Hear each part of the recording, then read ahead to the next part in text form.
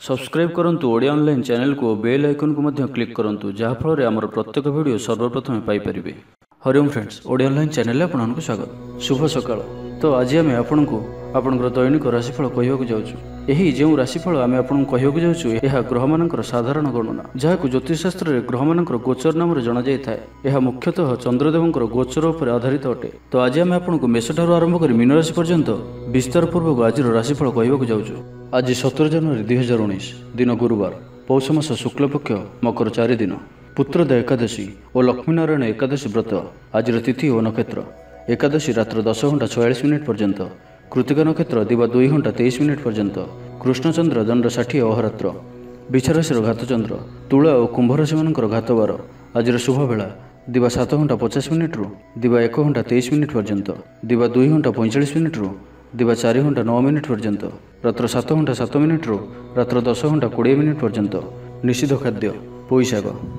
तो मेषठारु आरंभ कर मीन राशि व्यक्ति कौन कही है आज आपणकर राशि, कौन कही है आज आपणकर ग्रह नक्षत्र और आज आपको एपरि केउं उपाय करने आवश्यक जहाँफल आज आपणकर दिनटी अत्यंत शुभ सब्यस्त हो। यही क्रम सबुठारु प्रथम आसतु जानिबा मेष राशि विषय। परिवार रे सुख शांतिर परिवेश रहिबो। कौनसी नूतन कार्य जोग दे पारंती। व्यवसायी माने आज अधिक लाभ करिपारिबे। सफलतार निकटवर्ती हेबे। अजणा लोक द्वारा उपकृत होई पारंती। आर्थिक स्थिति मजबूत रहिबो। सम्मानित होई पारंती। स्वास्थ्य उत्तम रहिबो।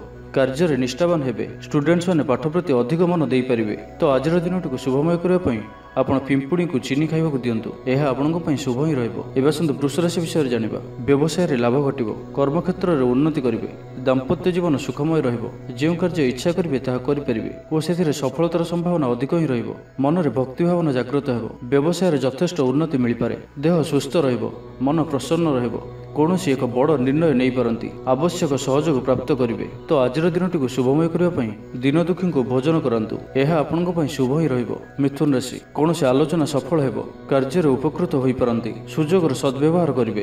अन्यर प्रेरणार किछि कार्य करि पारंती। कार्य क्षेत्र में सहकर्मी मानकर सहयोग प्राप्त करिवे। स्वास्थ्य उत्तम रहिबो। व्यवसायी माने अनुरूप लाभ करिवे। धर्म कार्य मन बढ़िबो। आर्थिक स्थिति मजबूत रहिबो। दाम्पत्य जीवन सुखमय रहिबो। स्टूडेंट्स माने पाठ पढ़ारे अधिक मन देई पारिबे। तो आज दिनटी शुभमय करने गाई को कदली खाइबाकु दियंतु। यह आपण शुभ ही रहिबो। कर्कट राशि। आज दिनटी आपण खूब भल रहिबार अछि। परिवार व्यक्ति संपूर्ण सहयोग प्राप्त करिवे। कौनसी उच्चपदस्थ ऑफिसर सहयोग मिल पारे। जो कार्य भी करिवे सेथिरे सफलतार संभावना अधिक ही रहिबो। दाम्पत्य जीवन उत्तम रहिबो। स्वामी स्त्री मध्य मधुरता बढ़िबो। स्वास्थ्य उत्तम रहिबो। व्यवसायी माने अनुरूप लाभ प्राप्त करिवे। स्टूडेंट्स माने पाठरे अधिक मन देई पारिबे। तो आज दिनटी शुभमय करने मथारे चंदन तिलक अवश्य धारण करंतु। यह आपण शुभ ही रहिबो। सिंह राशि। भल काम करी खुशी हेबे। धार्मिक भावना बढ़िबो। आज संपूर्ण दिनटी आपण आनंददायक ही रहिबो। व्यवसायी माने अधिकରୁ अधिक लाभ करि परिबे।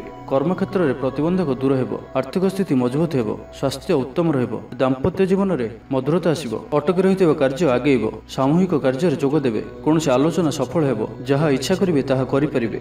व्यापारी मानकु अधिक लाभ मिलि पारे। मन रे प्रसन्नता रहिबो। तो आज दिनटी शुभमय करने भगवान विष्णुकर दर्शन करंतु। यह आपण शुभ ही रहिबो। एबे आसंतु कन्या राशि विषय जानिबा। शरीर सामान्य असुस्थ रहिबो।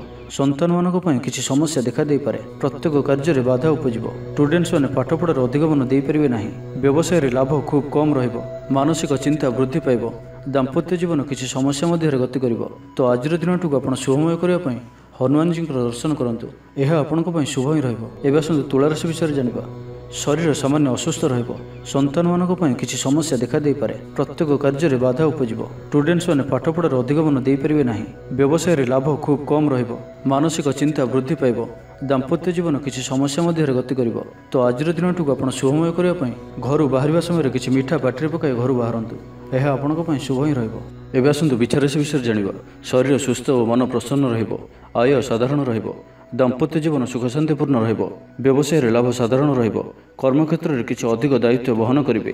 तेबे आज विचारराशि घातचंद्र भोग थिबारु निया और पानी प्रति सतर्क रुहंतु। जानवाहन चलाइबा समय सावधान रुहंतु। जेते दूर संभव दूरयात्रा निवृत्त रुहंतु। तेबे आज दिनटी को आपण शुभमय करने घर बाहर समय चंदन तिलक मथार धारण करंतु। यह आपण शुभ ही रहिबो।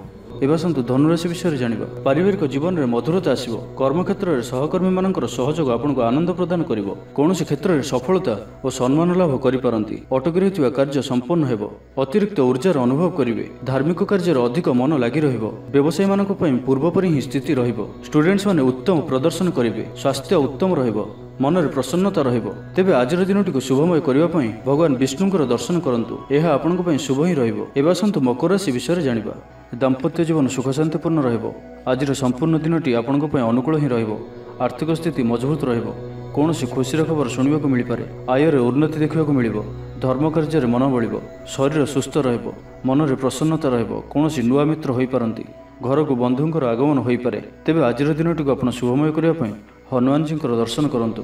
ଏହା ଆପଣଙ୍କ ପାଇଁ ଶୁଭ ହିଁ ରହିବ। ଏବେ ଆସନ୍ତୁ କୁମ୍ଭ ରାଶି ବିଷୟରେ ଜାଣିବା। କୌଣସି ବି କାର୍ଯ୍ୟରେ ସଠିକ୍ ଭାବରେ ମନ ଲାଗିବ ନାହିଁ। ମନରେ ନକାରାତ୍ମକତା ବଢ଼ିବ।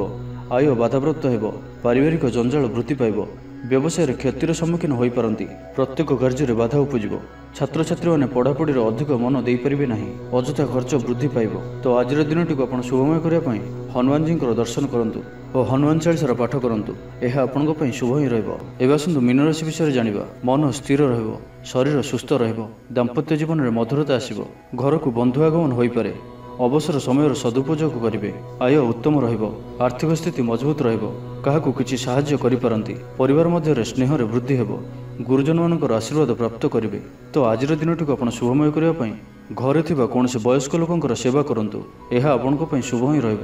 ତେବେ ଭିଡ଼ିଓଟି ଯଦି ଆପଣଙ୍କୁ ଭଲ ଲାଗିଥାଏ ତେବେ ଲାଇକ୍ କରନ୍ତୁ, କମେଣ୍ଟ କରନ୍ତୁ। ଏ ଭିଡ଼ିଓଟିକୁ ଆପଣଙ୍କ ଫ୍ରେଣ୍ଡସ୍ଙ୍କ ସାଥିରେ ସେୟାର କରନ୍ତୁ ଏବଂ ଆମ ୟୁଟ୍ୟୁବ୍ ଚ୍ୟାନେଲ୍ ଓଡ଼ିଆ ଅନଲାଇନ୍କୁ ଯେଉଁମାନେ ପର୍ଯ୍ୟନ୍ତ ସବସ୍କ୍ରାଇବ୍ କରିନାହାନ୍ତି ସବସ୍କ୍ରାଇବ୍ କରିନିଅନ୍ତୁ। ଧନ୍ୟବାଦ।